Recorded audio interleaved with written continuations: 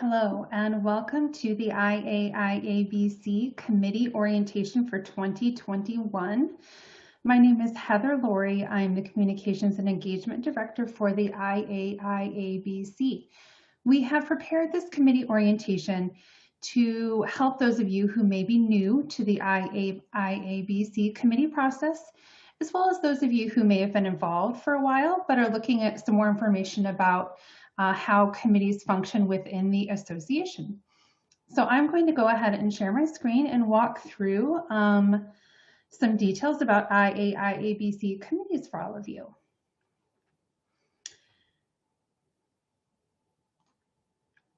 Since the IAIABC's inception in 1914, committees have been a very important part of the association. Many things have changed since 1914, but that certainly has remained true. This orientation is going to give you some insights into the role of committees in the IAIABC, committee structure and leadership, committee leader and member terms, expectations and responsibilities, meeting participation, online communities, and committee projects. First is an organizational chart giving the layout of the IAIABC and all of the different bodies that it has, particular to committees.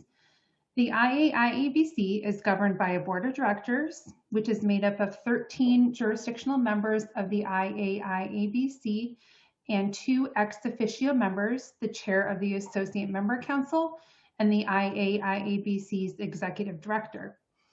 The board oversees the IAIABC committees, as well as the EDI Council and the Associate Member Council.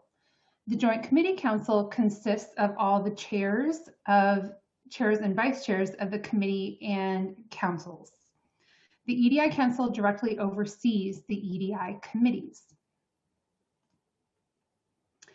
Each council and committee includes a chair and vice chair, as well as a liaison from the board of directors and IAIABC staff.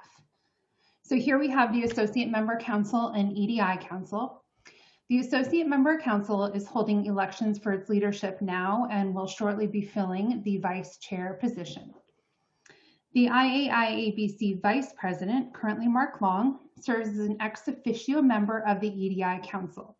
2 additional board representatives serve as liaisons to the EDI Council. The chair for the EDI Council is currently David Sprick, and the vice chair is Hart Pricer. Staff liaison is Greg Lutz. For the Associate Member Council, the current chair is Tom Glasson, and I serve as a staff liaison to the Associate Member Council.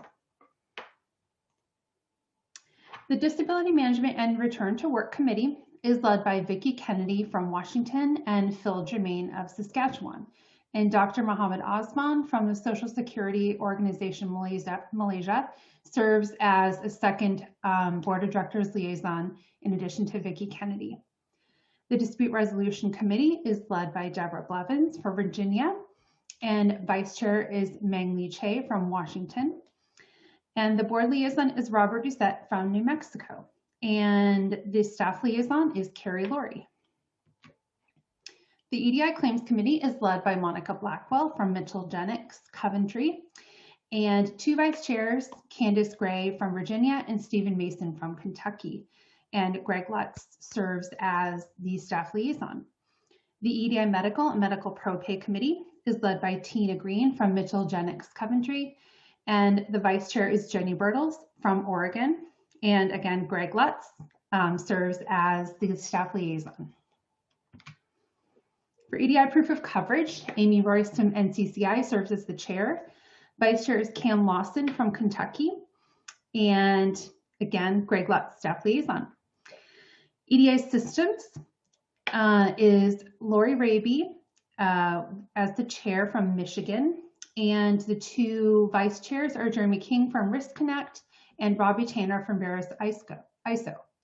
And the EDI XML task group has been folded into the EDI Systems Committee. So there is no separate group for the EDI task group any longer. The International Committee is led by Carl Alman from Maryland, and the vice chair is Terence D'Souza from Ontario.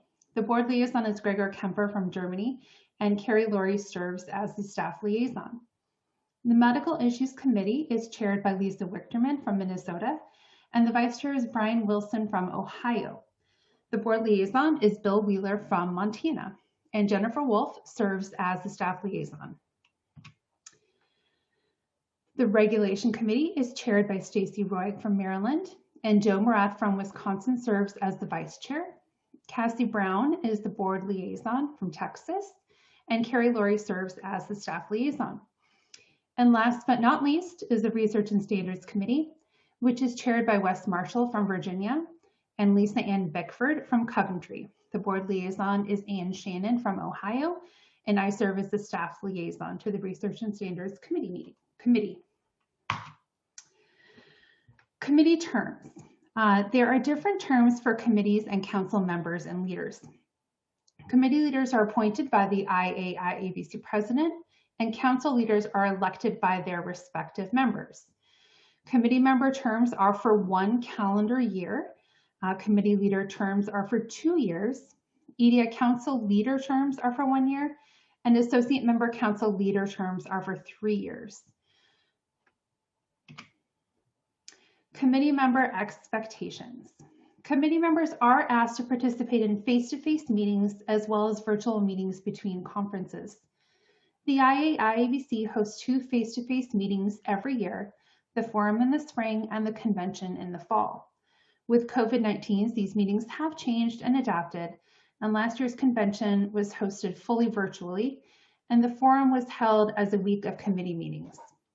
The forum this year, in 2021, will be a virtual meeting hosted in April, and plans for the convention in the fall are currently being discussed, and announcements will be made as soon as possible.